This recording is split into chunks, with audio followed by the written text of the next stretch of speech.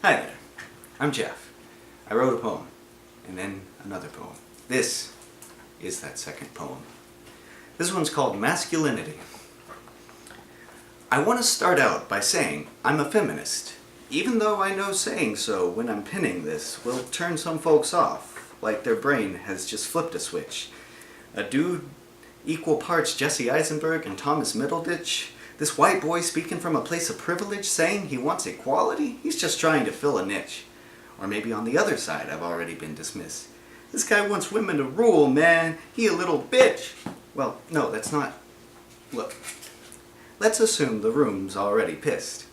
If you're not, you're gonna be. I'm gonna talk masculinity. Specifically, the kind of manliness that's bad.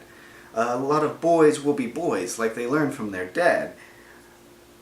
Doing what's been done, end of thought. It drives me mad. Like the current president, bragging on assault. It's very sad. Or the Google engineer, computer-aided dickishness. What a cad.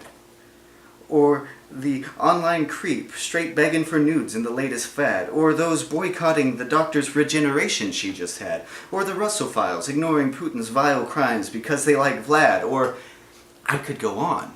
This is just the last week or so. Toxic masculinity is making men weaker, so what do?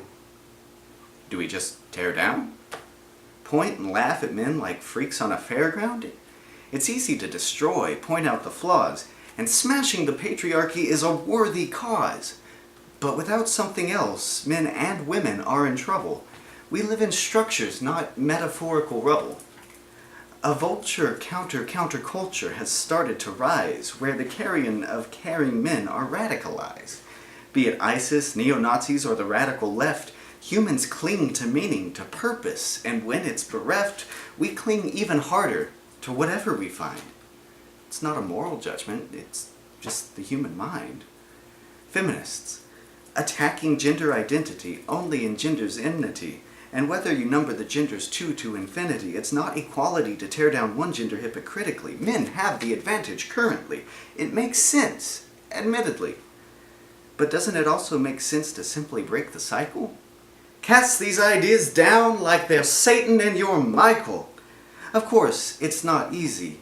Progress doesn't fall into your lap. Changing hearts and minds is a struggle. I suggest rap. Non-feminists. I try to understand, I really do. Maybe a feminist took a stand and came at you. So you don't like the term. It's the idea that matters. Do you think men and women are on the same rung of the ladder?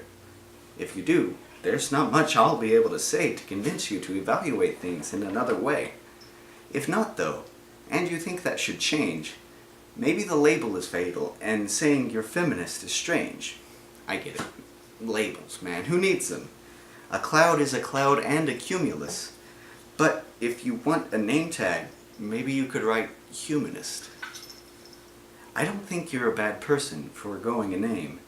I just wish everybody would realize we're all the same. We're different too, which is where it gets complicated.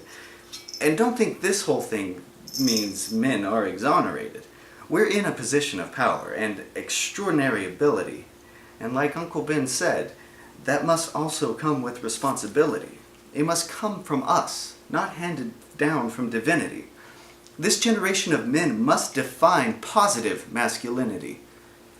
I don't know exactly what that means, but for my part, treating people like persons is a good place to start.